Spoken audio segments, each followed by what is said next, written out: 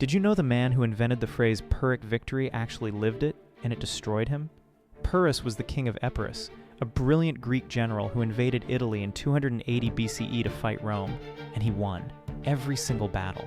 His tactics were so sharp that Hannibal himself later called Pyrrhus the greatest commander who ever lived, above even Alexander the Great. But there was a problem. Every time Pyrrhus won, he lost hundreds of his best soldiers. Veteran fighters he had no way to replace. Rome just kept sending more men, thousands more. The city seemed almost impossible to bleed dry. After one brutal victory, Pyrrhus looked at his own shattered army and said something like, "One more victory like this and I am finished." He was right. He eventually left Italy having never lost a battle, but his army was gone. Rome went on to conquer the ancient world. The man who beat Rome at every turn accidentally guaranteed Rome would rule everything.